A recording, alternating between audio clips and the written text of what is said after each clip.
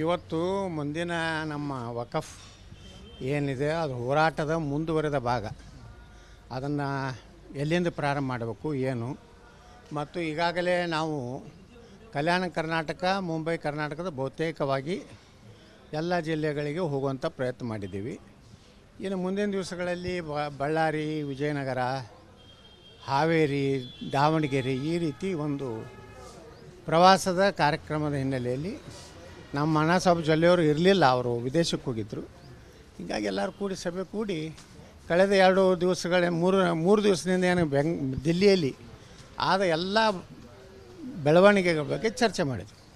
Sir, ಮತ್ತಿವತ್ತು JPC meeting ಇದೆ, ಅದಕ್ಕೇನಾದ್ರು ಹೋಗಿ ದಾಖಲೆಗಳು? ಇಲ್ಲ, ಈಗ ಅವರು ಹೇಳಿದ್ದಾರೆ, ಈಗೆಲ್ಲ ದಾಖಲೆ ನಾವು ಕೊಟ್ಟಿದ್ದೀವಿ.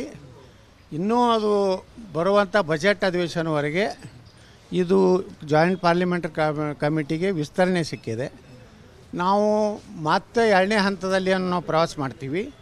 ಅಲ್ಲಿ ಏನೇನು ನಮ್ಮ ರೈತರ ಮಠ ಮಂದಿರಗಳ ಸರ್ಕಾರಿ ಆಸ್ತಿ ಬಗ್ಗೆ ಏನೇನು ಮಾಹಿತಿ ಸಿಗ್ತೈತೆ ಅದನ್ನು JPC ಮುಂದೆ ನಾವು ರೈತರನ್ನ ಮಠಾಧೀಶನ ಕರ್ಕೊಂಡು ಬಂದು ಒಂದು ನಮ್ಮ ಇದನ್ನು ಸಬ್ಮಿಷನ್ ಮಾಡ್ತೀವಿ. ಸರ್, ಈಗ ಬಸವಣ್ಣ ಅವರ ಕುರಿತಾದಂಥ ನಿಮ್ಮ ಹೇಳಿಕೆ ಏನಿದೆ ಅದು ಸಾಕಷ್ಟು ಟೀಕೆ ಮಾಡ್ತಿದ್ದಾರೆ ರಾಜಕೀಯ ನಾಯಕರು. ನೋಡಿ, ಇದನ್ನು ಕೆಲವೊಂದು ಬಸವಣ್ಣನ ನೀತಿ ಚರಿತ್ರೆ ಓದಲಾರ್ದಂಥವರು ಇವತ್ತು ಇದನ್ನು ಟೀಕೆ ಮಾಡ್ತಾಯಿದ್ದಾರೆ. ಇವತ್ತು ನಾಲಿಗೆ ಹರಿಬಿಡ್ತಾ ಇದ್ದಾರೆ ನಮ್ಮ ಶ್ಯಾಮನೂರು ಶಿವಶಂಕರಪ್ಪನವರು. ಆ ವಯಸ್ಸಿಗೆ ನಾಲಿಗೆ ಹರಿತೀನಿ, ನಾಲಿಗೆ ಬೀಗ ಹಾಕ್ತೀನಿ, ಇವ್ರು ಯಾರಿಗೆ ಬೀಗ ಹಾಕಬೇಕು ಅವ್ರಿಗೆ ಬೀಗ ಹಾಕಬೇಕು, ಎಲ್ಲ ಅಡ್ಜಸ್ಟ್ಮೆಂಟ್ ಮಾಡಿಕೊಂಡು ಈ ವೀರಶೈವ ಮಹಾಸಭಾ ಅನ್ನೋದು ಒಂದು ಉದ್ಯೋಗ ಮಾಡ್ಕೊಂಡಿದ್ದಾರೆ. ಇದರಿಂದ ಏನು ಲಿಂಗಾಯತರಿಗೂ ಒಳ್ಳೆಯದಾಗಲ್ಲ. ಇವು ಬಸವಣ್ಣನ ಎಂದೂ ಪೂಜೆ ಮಾಡಿಲ್ಲ ವೀರಶೈವ ಮಹಾಸಭಾದವ್ರು. ಲಿಂಗಾಯತನು ಶಬ್ದನೂ ಅದರಾಗಿರಲಿಲ್ಲ. ಭಾಳಷ್ಟು ಹೋರಾಟ ಆದ್ಮ್ಯಾಗ ಈಗ ಲಿಂಗಾಯತ ಅಂತ ಹೇಳ್ತಾರೆ. ಇವರು ಬಸವಣ್ಣನ ಫೋಟೋ ತಮ್ಮ ಶಿಕ್ಷಣ ಸಂಸ್ಥೆಗಳಲ್ಲಿ ಎಲ್ಲೇ ಹಾಕ್ಯಾರ? ಎಷ್ಟು ಬಸವ ಭವನಗಳನ್ನು ಕಟ್ಟ್ಯಾರ? ಎಲ್ಲ ತಾವು ತಮ್ಮ ಕುಟುಂಬದ ಹೆಸರು ಬಿಟ್ಟರೆ ಬಸವಣ್ಣನ ಹೆಸರನ್ನು ಎಂದೂ ಉಪಯೋಗ ಮಾಡಿಲ್ಲ. ಇದನ್ನು ಒಂದು ಅಸ್ತ್ರವನ್ನು ನನ್ನ ವಿರುದ್ಧ ಉಪಯೋಗ ಮಾಡ್ತಾ ಇದ್ದಾರೆ. ನಾವೆಲ್ಲ ಹಳೆಯ ಎಲ್ಲ ಇತಿಹಾಸವನ್ನು ತೆಗೆದಾಗ ಇಲ್ಲಿ ಬಸವಣ್ಣವರನ್ನು ಯಾವ ರೀತಿ ತೊಂದರೆ ಕೊಟ್ಟರು ಅನ್ನೋಂಥದ್ರ ಬಗ್ಗೆ ನಾನು ಹೇಳಿದ್ದೀನಿ. ಅದೇ ರೀತಿ ನೋಡ್ರಿ, ಒಬ್ಬರೇ ಈ ಬಸವ ಅಭಿಮಾನಿಗಳ ಹೇಳ್ಕೊಂಡು ಇವತ್ತೇನು ಮೀಡಿಯಾ ಮುಂದೆ ಬರ್ತಾ ಇದ್ದಾರೆ. ವಕಫ್ ವಿಚಾರದಲ್ಲಿ ಒಂದು ಕಡೆ ಒಂದು ಮಠದ ಪರವಾಗಿ ಮಾತಾಡ್ಯಾರ, ವಕಫ್ ಕಾನೂನನ್ನು ವಿರೋಧ ಮಾಡ್ಯಾರ. ಹಾಗಾದರೆ ಶ್ಯಾಮನೂರು ಶಿವಶಂಕರಪ್ಪಗೆ ಖಂಡ್ರೆಗೆ ತಾಕತ್ತು ದಮ್ಮಿದ್ರೆ ಏನು ಬಸವ ಕಲ್ಯಾಣದ ಮೊದಲ ಜಗತ್ತಿನ ಪಾರ್ಲಿಮೆಂಟ್ ಅನುಭವ ಮಂಟಪ ಇವತ್ತದು ಪೀರ್ ಭಾಷಾ ದರ್ಗಾ ಆಗಿದೆ. ಅದನ್ನು ಬಿಡಿಸ್ಲಿಕ್ಕೆ ಏನಾರು ಪ್ರಯತ್ನ ಮಾಡಿದ್ದಾರೆ ಇವರು? ಏನು ಇವ್ರದ್ದು ಏನು ಕೊಡುಗೆ ಇದೆ ಬಸವಣ್ಣವ್ರಿಗೆ? ನಾವು 1000 ಆಕಳ ಕಟ್ಟಿದ್ದೀನಿ. ನಾನು ಹಣೆ ಮ್ಯಾಗಿರುವಂಥ ವಿಭೂತಿ ನಮ್ಮಲ್ಲಿ ತಯಾರಾಗುವಂಥ ವಿಭೂತಿ. ಇವರೇನು 1000 ಇನ್ಸ್ಟಿಟ್ಯೂಷನ್ ಮಾಡಿರ್ಬೋದು, 1000 ಆಕಳ ಕಟ್ಟೋದು ಒಂದಾರು ಮಾಡ್ಯಾರ ಇವರು? ಇವ್ರಿಗೇನು ನೈತಿಕತೆ ಐತೆ ಬಸವಣ್ಣ ಬಗ್ಗೆ? ಬಸವಣ್ಣ ಅಂದ್ಕೊಳ್ಳೇ ಇವರು ಹಿಂದೆ ಎತ್ತುಗಳನ್ನು ಪೂಜೆ ಮಾಡಿದ್ರು, ಬಸವಣ್ಣ ಫೋಟೋ ಪೂಜೆ ಮಾಡಲಿಲ್ಲ. ಅದಕ್ಕೆ ವ್ಯಾಪಕ ಟೀಕೆ ಆಗಿದೆ ಶಾಮನೂರ ಬಗ್ಗೆ. ಶಾಮನೂರವರು ಯಾರಾದರೂ ಖರೀದಿ ಮಾಡಿರ್ಬೋದು, ಆದರೆ ನನಗೆ ಖರೀದಿ ಮಾಡಲಿಕ್ಕೆ ಆಗೋದಿಲ್ಲ. ನಾನು ದಾವಣಗೆರೆ ಊರಿಗೆ ಹೋಗ್ತೀನಿ, ನೋಡೋಣ ಅವ್ರು ಬಾಯಿಗೆ ಬೀಗ ಹಾಕ್ತಾರೋ ನಾಲಿಗೆ. ಇವೆಲ್ಲ ಬಸವಣ್ಣನ ಅನುಯಾಯಿಗಳು ಮಾತಾಡೋದು. ನಾಲಿಗೆಯನ್ನು ಕತ್ತರಿಸ್ತೀನಿ, ಅವನಿಗೆ ನಾ ಪೀಠ ತ್ಯಾಗ ಮಾಡ್ತೀನಿ ಅನ್ನೋರು ಏನು ಅದಾರಲ್ಲ, ಇವರೆಲ್ಲರೂ ಬಸವಣ್ಣನ ಪೂರ್ಣ ಇತಿಹಾಸ ನಮಗೆ ಗೊತ್ತಿದೆ. ಬಸವಣ್ಣವ್ರು ಹುಟ್ಟಿದ್ದು ನಮ್ಮಲ್ಲೇ, ಅವ್ರು ಐಕ್ಯ ಆಗಿದ್ದು ನಮ್ಮಲ್ಲೇ. ಸರ್, ಈಗ ನಿಮ್ಮನ್ನು ಹಣಿಲಿಕ್ಕೆ ಬಸವಣ್ಣವರು ಹೇಳಿಕೆಯನ್ನು ಅಸ್ತ್ರ ಮಾಡ್ಕೊಂಡಿದ್ದಾರೆ. ಎಲ್ಲ ಇರೇನು ನಮ್ಮ ತ್ರಿಮೂರ್ತಿಗಳದಾರಲ್ಲ ಕರ್ನಾಟಕದಲ್ಲಿ, ಈ 3 ಕುಟುಂಬಗಳು ಯಾರಾದ್ರೂ ಗುರುತ ಸುಮ್ಮನೆ ಹೊಳ್ಳೆ ಕೇಳಬೇಡ್ರಿ. 3 ಕುಟುಂಬಗಳಿಗೆ ಉದ್ಯೋಗ ಏನಾಗಿದೆ ಅಂದರೆ, ಯತ್ನಾಳು ಇದೊಂದು ಅವಕಾಶ ಸಿಕ್ಕಿದೆ, ಇದನ್ನು ಹೆಂಗಾರು ಮಾಡಿ ಉಪಯೋಗ ತಗೋಬೇಕಂತ ಮಾಡ್ತಾರೆ. ನಾ ಬಸವಣ್ಣ ವಿರೋಧಿ ಅಲ್ಲ. ನನ್ನ ಹೆಸರೇ ಬಸವನಗೌಡ ಅಂತ ಇಟ್ಟಿದ್ದಾರೆ. ಶ್ಯಾಮನೂರು ಮನೆಯಾಗ ಬಸವಣ್ಣ ಎಷ್ಟು ಮಂದಿಗೆ ಹೆಸರಿಟ್ಟಾರೆ ಹೇಳಿ ನೋಡೋಣ. ಇದೇ ಖಂಡ್ರೇನ ಮನೆಗೆ ಎಷ್ಟು ಬಸವಣ್ಣ ಹೆಸರಿಟ್ಟಿದ್ದಾರೆ? ನಮ್ಮ ಕಡೆ ಎಲ್ಲ ನಾವು ಎಲ್ಲ ಮೂಲ ಬಸವಣ್ಣನ ವಿಚಾರಧಾರಿರೋದವರು. ಇವರೆಲ್ಲ ನಕಲಿ ಬಸವಣ್ಣನ ವಿಚಾರಧಾರಿಯವರು. ಸರ್, ಈಗ ನಿನ್ನೆ ಶಿಸ್ತು ಸಮಿತಿ ಮುಂದೆ ಹಾಜರಾಗಿದ್ರಿ, ಇವಾಗ ಮುಂದಿನ ಕಾರ್ಯತಂತ್ರ ಏನು? ಕಾರ್ಯತಂತ್ರ ಏನಿಲ್ಲ ರೀ, ನಾವೇನು ಉತ್ತರ ಕೊಟ್ಟಿವಿ, ಅವರು ಸಂತೃಪ್ತಿ ಆಗ್ಯಾರ, ಮುಗಿದೋಗೈತಿ. ಸರ್, ಈಗ ನಿನ್ನೆ ಶಿಸ್ತು ಸಮಿತಿ ಮುಂದೆ ಹೋಗಿ ಬಂದ್ರಿ, ಮತ್ತಿವತ್ತೊಂದು ಸಭೆ ಸೇರಿದ್ರಿ, ಇದೊಂದು ಸಂದೇಶ ಕೊಡೋದ ರಾಜ್ಯ ನಾಯಕ? ಅಲ್ರಿ, ನಾವು ವಕಫ್ ಹೋರಾಟ ಸಲ ಕೂಡಿದ್ದೀವಿ. ಯಾವುದೇ ರೀತಿ ಪಕ್ಷದ ಒಳಗಿನ ಒಂದು ಇದ್ರ ಬಗ್ಗೆ ಚರ್ಚೆ ನಾವು ಮಾಡೇ ಇಲ್ಲ. ನಾವು ಏನು ಚರ್ಚೆ ಮಾಡಿದ್ದು ಅಂದ್ರೆ ಇವತ್ತು ವಕಫ್ ಅನ್ನೋಂಥದ್ದು ನೋಡ್ರಿ, ನಮಗೆ ಯಾರು ನಮ್ಮ ಕುಮಾರ್ ಬಂಗಾರಪ್ಪನವರು ಎಲ್ಲ ನಿನ್ನೆ ಹೋದಾಗ ಅಧಿಕಾರಿಗಳು ಹೇಳಿದ್ರತ್ತ, ಇಲ್ಲ ಇಷ್ಟು ವ್ಯವಸ್ಥಿತವಾಗಿ ನೀವು ವಕಫದಷ್ಟು ಇಷ್ಟು ಅಪಾಯಕಾರಿ ಇದೆ ಅನ್ನೋದು ನಮ್ಗೆ ಗೊತ್ತೇ ಇರಲಿಲ್ಲ. ಯಾರು ಅಧಿಕಾರಿಗಳು IAS ಅಧಿಕಾರಿಗಳು ಹೇಳ್ತಾರಂದರೆ ನಾವು ಅಷ್ಟು ಅದ್ರ ಮ್ಯಾಗೆ ನಮ್ಮ ಟೀಮ್ ಏನಿದೆ ವರ್ಕೌಟ್ ಮಾಡಿ ಸುಮಾರು 3,000 ಪೇಜದಷ್ಟು ನಾವು ರಿಪೋರ್ಟ್ ಕೊಟ್ಟಿದ್ದೀವಿ. ಅದರ ಅರ್ಥ ನಾವು ವಕಫನ್ನು ಎಷ್ಟು ಸೀರಿಯಸ್ ಆಗಿ ಇಡೀ ದೇಶದಲ್ಲೇ ಕರ್ನಾಟಕ ಮೊದಲಿದೆ, ಅದನ್ನು ಮುಂದುವರಿಸುವಂಥದ್ರ ಬಗ್ಗೆ ಚರ್ಚೆ ಮಾಡಿದ್ದೀವಿ ಹೊರತು ನಾವು ಯಾವುದೇ ಪಕ್ಷದ ಆಂತರಿಕ ವಿಷಯವನ್ನು ಚರ್ಚೆ ಮಾಡಿಲ್ಲ. ಈಗ ಸಿದ್ದರಾಮಯ್ಯ ಅವರ ನೇತೃತ್ವದಲ್ಲಿ ಜನಕಲ್ಯಾಣ ಸಮಾವೇಶ ನಡೀತಾ ಇದೆ ಸರ್ ಹಾಸನದಲ್ಲಿ. ಈ ಸಮಾವೇಶದ ಬಗ್ಗೆ ಏನು ಹೇಳ್ತೀರಿ ಸರ್? ಸಮಾವೇಶ ಅಲ್ಲೇ ಸಾಕಷ್ಟು ಒಡಕಿದೆ. ಒಬ್ಬರು ಅಹಿಂದ ಸಮಾವೇಶತ್ತಾರೆ ಮತ್ತು ಸಿದ್ದರಾಮಯ್ಯನವರು ತಮ್ಮ ಶಕ್ತಿ ಪ್ರದರ್ಶನ ಮಾಡಬೇಕತ್ತಾರೆ. ಅವರು ಹೇಳಿಬಿಟ್ಟಿದ್ದಾರೆ ಸಿದ್ದರಾಮಯ್ಯನವರು, ನಾನು ಪೂರ್ಣಾವಧಿಯವರೆಗೆ ಮುಖ್ಯಮಂತ್ರಿ, ಯಾವುದೇ ಕಂಡೀಷನ್ನು ಒಪ್ಪಂದ ಆಗಿಲ್ಲ ಅಂತ ಅವ್ರು ಹೇಳಿದ್ದಾರೆ. DK ಶಿವಕುಮಾರ್, ನಾನು ಅತ್ಯಂತ ಸೋನಿಯಾ ಗಾಂಧಿ ಕುಟುಂಬಕ್ಕೆ ನಿಷ್ಠಾವಂತ, ನಾನು ಏನಾಗಿದೆ ಎಲ್ಲ ಗೊತ್ತಿದೆ, ಆದರೆ ಕಾಲದಲ್ಲಿ ಬಂದಾಗ ಅದನ್ನು ಹೇಳುತ್ತೇನೆ ಅಂತ ಅವ್ರು ಹೇಳ್ಯಾರ.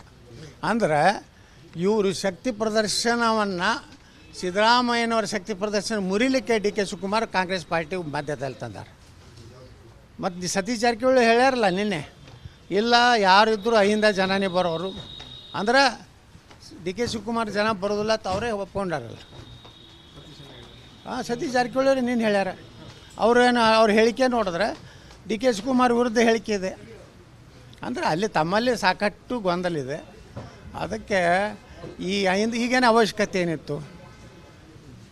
ಈಗೇನು ದೇವೇಗೌಡರ ಕುಟುಂಬಕ್ಕೆ ಸವಾಲು ಹಾಕಲಿಕ್ಕೆ ಅಲ್ಲಿ ಹಾಸನದಲ್ಲಿ ಭದ್ರಕೋಟೆಯನ್ನು ಗಟ್ಟಿ ಮಾಡಲಿಕ್ಕೆ ಸಮಾವೇಶವು, ಅಥವಾ DK ಶಿವಕುಮಾರ್ಗೆ ಒಂದು ರೀತಿ ನಾನೇ ಇನ್ನೂ ಮುಂದಿನ ಅವಧಿ ಮುಖ್ಯಮಂತ್ರಿ ಅನ್ನೋಂಥ ಸಂದೇಶ DK ಶಿವಕುಮಾರ್ ಕೊಡೋದಿತ್ತು. ಇದು ನೋಡಿ 2 ಫ್ರ್ಯಾಕ್ಷನ್ ಆಗಿದೆ ಅಂತ ಸತ್ಯ ಕಾಂಗ್ರೆಸ್ನಲ್ಲಿ. ಹಂತವಾಗಿ ಇನ್ನು ಈ ಸಮಾವೇಶ ಆದಮೇಲೆ ಅವರವ್ರ ಇವತ್ತಿನ ಭಾಷಣದ ಮೇಲೆ ಮುಂದಿನ ಕಾಂಗ್ರೆಸ್ ಭವಿಷ್ಯ ನಿರ್ಧಾರ ಆಗ್ತದೆ. ಇವತ್ತು ಮುಂದಿನ ನಮ್ಮ ವಕಫ್ ಏನಿದೆ ಅದು ಹೋರಾಟದ ಮುಂದುವರೆದ ಭಾಗ. ಅದನ್ನು ಎಲ್ಲಿಂದ ಪ್ರಾರಂಭ ಮಾಡಬೇಕು ಏನು, ಮತ್ತು ಈಗಾಗಲೇ ನಾವು ಕಲ್ಯಾಣ ಕರ್ನಾಟಕ, ಮುಂಬೈ ಕರ್ನಾಟಕದ ಬಹುತೇಕವಾಗಿ ಎಲ್ಲ ಜಿಲ್ಲೆಗಳಿಗೆ ಹೋಗುವಂಥ ಪ್ರಯತ್ನ ಮಾಡಿದ್ದೀವಿ.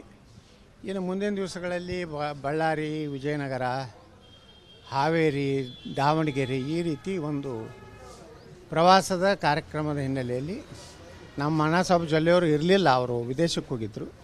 ಹೀಗಾಗಿ ಎಲ್ಲರೂ ಕೂಡಿ ಸಭೆ ಕೂಡಿ ಕಳೆದ 2 ದಿವಸಗಳ 3 ದಿವಸದಿಂದ ಏನು ದಿಲ್ಲಿಯಲ್ಲಿ ಆದ ಎಲ್ಲ ಬೆಳವಣಿಗೆಗಳ ಬಗ್ಗೆ ಚರ್ಚೆ ಮಾಡಿದ್ವಿ. ಸರ್, ಈಗ ಮತ್ತಿವತ್ತು JPC ಮೀಟಿಂಗ್ ಇದೆ, ಅದಕ್ಕೇನಾದ್ರು ಹೋಗಿ ದಾಖಲೆಗಳು? ಇಲ್ಲ, ಈಗ ಅವ್ರು ಹೇಳಿದ್ದಾರೆ, ಈಗೆಲ್ಲ ದಾಖಲೆ ನಾವು ಕೊಟ್ಟಿದ್ದೀವಿ. ಇನ್ನೂ ಅದು ಬರುವಂಥ ಬಜೆಟ್ ಅಧಿವೇಶನವರೆಗೆ ಇದು ಜಾಯಿಂಟ್ ಪಾರ್ಲಿಮೆಂಟರಿ ಕಮಿಟಿಗೆ ವಿಸ್ತರಣೆ ಸಿಕ್ಕಿದೆ.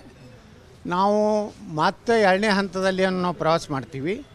ಅಲ್ಲಿ ಏನೇನು ನಮ್ಮ ರೈತರ ಮಠ ಮಂದಿರಗಳ ಸರ್ಕಾರಿ ಆಸ್ತಿ ಬಗ್ಗೆ ಏನೇನು ಮಾಹಿತಿ ಸಿಗ್ತೈತೆ ಅದನ್ನು JPC ಮುಂದೆ ನಾವು ರೈತರನ್ನ ಮಠಾಧೀಶನ ಕರ್ಕೊಂಡು ಬಂದು ಒಂದು ನಮ್ಮ ಇದನ್ನು ಸಬ್ಮಿಷನ್ ಮಾಡ್ತೀವಿ. ಸರಿ, ಈಗ ಬಸವಣ್ಣ ಅವರ ಕುರಿತಾದಂಥ ನಿಮ್ಮ ಹೇಳಿಕೆ ಏನಿದೆ ಅದು ಸಾಕಷ್ಟು ಟೀಕೆ ಮಾಡ್ತಿದ್ದಾರೆ ರಾಜಕೀಯ ನಾಯಕರು. ನೋಡಿ, ಇದನ್ನು ಕೆಲವೊಂದು ಬಸವಣ್ಣನ ನೀತಿ ಚರಿತ್ರೆ ಓದಲಾರ್ದಂಥವರು ಇವತ್ತು ಇದನ್ನು ಟೀಕೆ ಮಾಡ್ತಾ ಇದ್ದಾರೆ. ಇವತ್ತು ನಾಲಿಗೆ ಹರಿಬಿಡ್ತಾ ಇದ್ದಾರೆ ನಮ್ಮ ಶ್ಯಾಮನೂರು ಶಿವಶಂಕರಪ್ಪನವರು. ಆ ವಯಸ್ಸಿಗೆ ನಾಲಿಗೆ ಹರಿತೀನಿ, ನಾಲಿಗೆ ಬೀಗ ಹಾಕ್ತೀನಿ, ಇವ್ರು ಯಾರಿಗೆ ಬೀಗ ಹಾಕಬೇಕು ಅವ್ರಿಗೆ ಬೀಗ ಹಾಕಬೇಕು, ಎಲ್ಲ ಅಡ್ಜಸ್ಟ್ಮೆಂಟ್ ಮಾಡಿಕೊಂಡು ಈ ವೀರಶೈವ ಮಹಾಸಭಾ ಅನ್ನೋದು ಒಂದು ಉದ್ಯೋಗ ಮಾಡ್ಕೊಂಡಿದ್ದಾರೆ. ಇದರಿಂದ ಏನು ಲಿಂಗಾಯತರಿಗೂ ಒಳ್ಳೆಯದಾಗಲ್ಲ. ಇವು ಬಸವಣ್ಣನ ಎಂದೂ ಪೂಜೆ ಮಾಡಿಲ್ಲ ವೀರಶೈವ ಮಹಾಸಭಾದವ್ರು. ಲಿಂಗಾಯತನು ಶಬ್ದನೂ ಅದರಾಗಿರಲಿಲ್ಲ. ಭಾಳಷ್ಟು ಹೋರಾಟ ಆದ್ಮ್ಯಾಗ ಈಗ ಲಿಂಗಾಯತ ಅಂತ ಹೇಳ್ತಾರೆ. ಇವರು ಬಸವಣ್ಣನ ಫೋಟೋ ತಮ್ಮ ಶಿಕ್ಷಣ ಸಂಸ್ಥೆಗಳಲ್ಲಿ ಎಲ್ಲೇ ಹಾಕ್ಯಾರ? ಎಷ್ಟು ಬಸವ ಭವನಗಳನ್ನು ಕಟ್ಟ್ಯಾರ? ಎಲ್ಲ ತಾವು ತಮ್ಮ ಕುಟುಂಬದ ಹೆಸರು ಬಿಟ್ಟರೆ ಬಸವಣ್ಣನ ಹೆಸರನ್ನು ಎಂದೂ ಉಪಯೋಗ ಮಾಡಿಲ್ಲ. ಇದನ್ನು ಒಂದು ಅಸ್ತ್ರವನ್ನು ನನ್ನ ವಿರುದ್ಧ ಉಪಯೋಗ ಮಾಡ್ತಾ ಇದ್ದಾರೆ. ನಾವೆಲ್ಲ ಹಳೆಯ ಎಲ್ಲ ಇತಿಹಾಸವನ್ನು ತೆಗೆದಾಗ ಇಲ್ಲಿ ಬಸವಣ್ಣವರನ್ನು ಯಾವ ರೀತಿ ತೊಂದರೆ ಕೊಟ್ಟರು ಅನ್ನೋಂಥದ್ರ ಬಗ್ಗೆ ನಾನು ಹೇಳಿದ್ದೀನಿ. ಅದೇ ರೀತಿ ನೋಡ್ರಿ, ಒಬ್ಬರೇ ಈ ಬಸವ ಅಭಿಮಾನಿಗಳ ತಿಳ್ಕೊಂಡು ಇವತ್ತೇನು ಮೀಡಿಯಾ ಮುಂದೆ ಬರ್ತಾ ಇದ್ದಾರೆ. ವಕಫ್ ವಿಚಾರದಲ್ಲಿ ಒಂದು ಕಡೆ ಒಂದು ಮಠದ ಪರವಾಗಿ ಮಾತಾಡ್ಯಾರ, ವಕಫ್ ಕಾನೂನನ್ನು ವಿರೋಧ ಮಾಡ್ಯಾರ. ಹಾಗಾದ್ರೆ ಶಾಮನೂರು ಶಿವಶಂಕರಪ್ಪಗೆ ಖಂಡ್ರೆಗೆ ತಾಕತ್ತು ದಮ್ಮಿದ್ರೆ ಏನು ಬಸವ ಕಲ್ಯಾಣದ ಮೊದಲ ಜಗತ್ತಿನ ಪಾರ್ಲಿಮೆಂಟ್ ಅನುಭವ ಮಂಟಪ ಇವತ್ತು ಅದು ಪೀರ್ ಭಾಷಾ ದರ್ಗಾ ಆಗಿದೆ.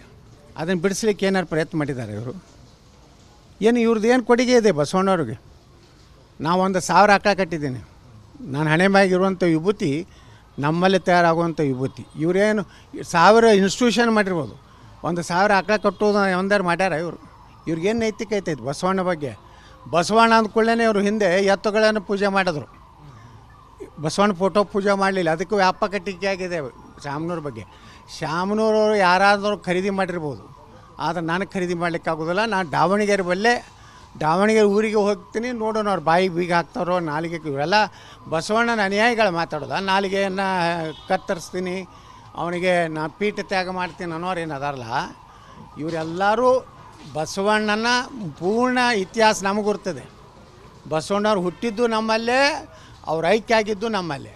ಸರ್, ಈಗ ನಿಮ್ಮನ್ನು ಹಣಿಲಿಕ್ಕೆ ಬಸವಣ್ಣವರು ಹೇಳಿಕೆಯನ್ನು ಅಸ್ತ್ರ ಮಾಡ್ಕೊಂಡಿದ್ದಾರೆ. ಎಲ್ಲ ಇರೇನು ನಮ್ಮ ತ್ರಿಮೂರ್ತಿಗಳದಾರಲ್ಲ ಕರ್ನಾಟಕದಲ್ಲಿ, ಈ 3 ಕುಟುಂಬಗಳು ಯಾರಾದ್ರೂ ಗುರ್ತದೆ, ಸುಮ್ಮನೆ ಹೊಳ್ಳೆ ಕೇಳಬೇಡ್ರಿ. 3 ಕುಟುಂಬಗಳಿಗೆ ಉದ್ಯೋಗ ಏನಾಗಿದೆ ಅಂದರೆ, ಯತ್ನಾಳು ಇದೊಂದು ಅವಕಾಶ ಸಿಕ್ಕಿದೆ, ಇದನ್ನು ಹೆಂಗಾರು ಮಾಡಿ ಉಪಯೋಗ ತಗೋಬೇಕಂತ ಮಾಡ್ತಾರೆ. ನಾ ಬಸವಣ್ಣ ವಿರೋಧಿ ಅಲ್ಲ, ನನ್ನ ಹೆಸರೇ ಬಸವನಗೌಡ ಅಂತ ಇಟ್ಟಿದ್ದಾರೆ.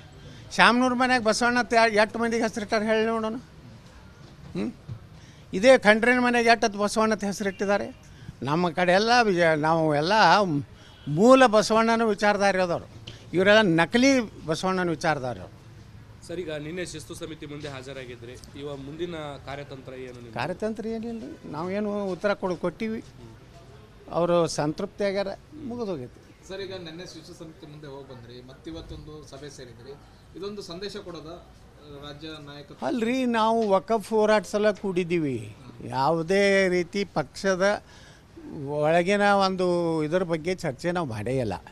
ನಾವು ಏನು ಚರ್ಚೆ ಮಾಡಿದ್ದು ಅಂದ್ರೆ ಇವತ್ತು ವಕಫ್ ಅನ್ನೋಂಥದ್ದು ನೋಡ್ರಿ, ನಮಗೆ ಯಾರು ನಮ್ಮ ಕುಮಾರ್ ಬಂಗಾರಪ್ಪನವರು ಎಲ್ಲ ನಿನ್ನೆ ಹೋದಾಗ ಅಧಿಕಾರಿಗಳು ಹೇಳಿದ್ರತ್ತ, ಇಲ್ಲ ಇಷ್ಟು ವ್ಯವಸ್ಥಿತವಾಗಿ ನೀವು ವಕಫದಷ್ಟು ಇಷ್ಟು ಅಪಾಯಕಾರಿ ಇದೆ ಅನ್ನೋದು ನಮ್ಗೆ ಗೊತ್ತೇ ಇರಲಿಲ್ಲ. ಯಾರು ಅಧಿಕಾರಿಗಳು, IAS ಅಧಿಕಾರಿಗಳು ಹೇಳ್ತಾರಂದರೆ ನಾವು ಅಷ್ಟು ಅದ್ರ ಮ್ಯಾಗೆ ನಮ್ಮ ಟೀಮ್ ಏನಿದೆ ವರ್ಕೌಟ್ ಮಾಡಿ ಸುಮಾರು 3,000 ಪೇಜದಷ್ಟು ನಾವು ರಿಪೋರ್ಟ್ ಕೊಟ್ಟಿದ್ದೀವಿ. ಅದರ ಅರ್ಥ ನಾವು ವಕಫನ್ನು ಎಷ್ಟು ಸೀರಿಯಸ್ ಆಗಿ ಇಡೀ ದೇಶದಲ್ಲೇ ಕರ್ನಾಟಕ ಮೊದಲಿದೆ, ಅದನ್ನು ಮುಂದುವರಿಸುವಂಥದ್ರ ಬಗ್ಗೆ ಚರ್ಚೆ ಮಾಡಿದ್ದೀವಿ ಹೊರತು ನಾವು ಯಾವುದೇ ಪಕ್ಷದ ಆಂತರಿಕ ವಿಷಯವನ್ನು ಚರ್ಚೆ ಮಾಡಿಲ್ಲ. ಈಗ ಸಿದ್ದರಾಮಯ್ಯ ಅವರ ನೇತೃತ್ವದಲ್ಲಿ ಜನ ಕಲ್ಯಾಣ ಸಮಾವೇಶ ನಡೀತಾ ಇದೆ ಸರ್ ಹಾಸನದಲ್ಲಿ. ಈ ಸಮಾವೇಶದ ಬಗ್ಗೆ ಏನು ಹೇಳ್ತೀರಿ ಸರ್? ಸಮಾವೇಶ ಅಲ್ಲೇ ಸಾಕಷ್ಟು ಒಡಕಿದೆ.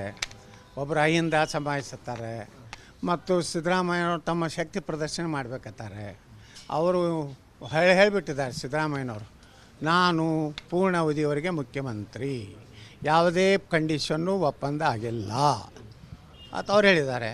DK ಶಿವಕುಮಾರ್, ನಾನು ಅತ್ಯಂತ ಸೋನಿಯಾ ಗಾಂಧಿ ಕುಟುಂಬಕ್ಕೆ ನಿಷ್ಠಾವಂತ, ನಾನು ಏನಾಗಿದೆ ಎಲ್ಲ ಗೊತ್ತಿದೆ, ಆದರೆ ಕಾಲದಲ್ಲಿ ಬಂದಾಗ ಅದನ್ನು ಹೇಳುತ್ತೇನೆ ಅಂತ ಅವ್ರು ಹೇಳ್ಯಾರ. ಅಂದರೆ ಇವರು ಶಕ್ತಿ ಪ್ರದರ್ಶನವನ್ನು, ಸಿದ್ದರಾಮಯ್ಯನವರ ಶಕ್ತಿ ಪ್ರದರ್ಶನ ಮುರಿಲಿಕ್ಕೆ DK ಶಿವಕುಮಾರ್ ಕಾಂಗ್ರೆಸ್ ಪಾರ್ಟಿ ಬಾಧ್ಯತೆಯಲ್ಲಿ ತಂದಾರೆ.